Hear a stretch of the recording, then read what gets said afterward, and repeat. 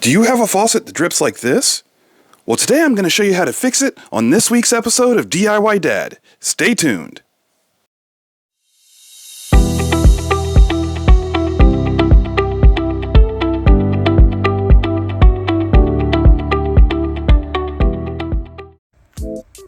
Our first step is to shut off the water. My main supply valve here is broken, so now I have to go outside to turn off the main water at the house. Next, we need to remove the faucet handle, which requires a 3/32 hex wrench. After you turn off the water, also open the tap on the faucet to make sure all the water pressure is out. Be careful that you don't drop this little screw down the drain. I recommend closing the drain so you don't lose it. Now we can remove the handle. It might require a good tug, but just don't force it too hard. Now we can use a wrench or a pair of pliers to take off the nut so we can have access to remove the cartridge. You can use the pliers just to loosen it a bit, and then from there you should be able to remove it by hand.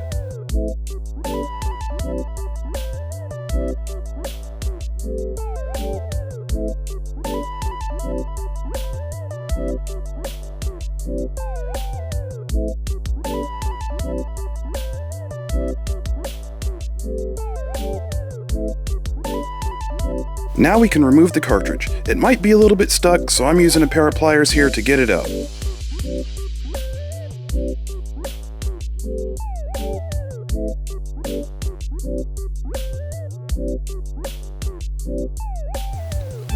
There we go, we got it. Here's the replacement cartridges that I'm going to use, and I also got a set of seats and springs to replace as well while we're in there, so let's get it done. Now I'm just going to take a rag and try to get up as much of the water out of that hole that I can. This will make our work a little bit easier.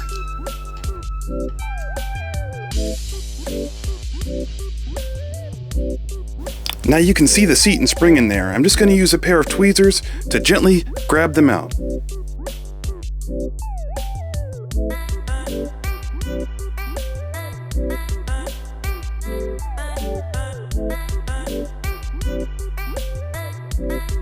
Here they are. That black rubber piece is the seat, and the spring is right there.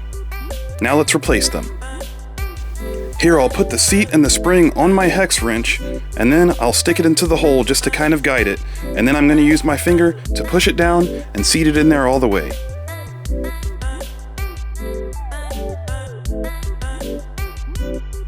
You should feel it bounce a little bit, then you know it's in there correctly.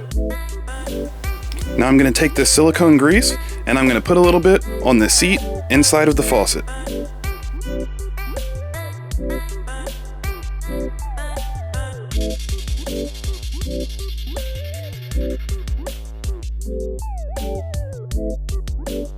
And here I'm going to do the same thing with the ring around the cartridge. Just making sure that O-ring has some good silicone grease on there to make it nice and easy to put back in and take out in the future if I ever need to.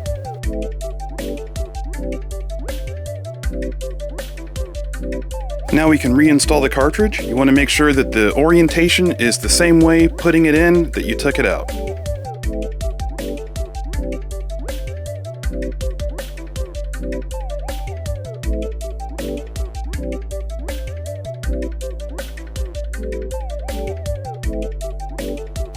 Now make sure you reinstall the nut that holds the cartridge in, because if you don't, it will shoot off when you turn the water back on. We're going to get this finger tight and then just tighten it a little bit with the wrench, not too much, maybe a quarter turn, just to make sure that it's nice and snug.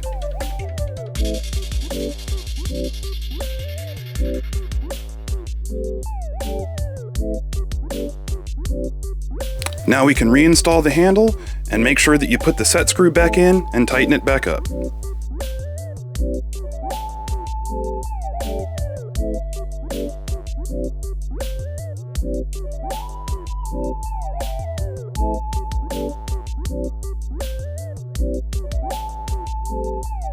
Now I'm just going to test the handle to make sure that it's going the correct directions, and it looks like we're good to go. Let's go turn the water back on. We're outside, let's turn the main water back onto the house. Now that the water's back on, I can see that there's no leaks in the sink. It looks like we did our job. Let's make sure that it works first. Excellent, it's working well. I also replaced the cartridge in the other side, just to make sure that I wouldn't have any issues with leaks in the future. Looks like it's great to go. Great job! Thanks, Ryobi.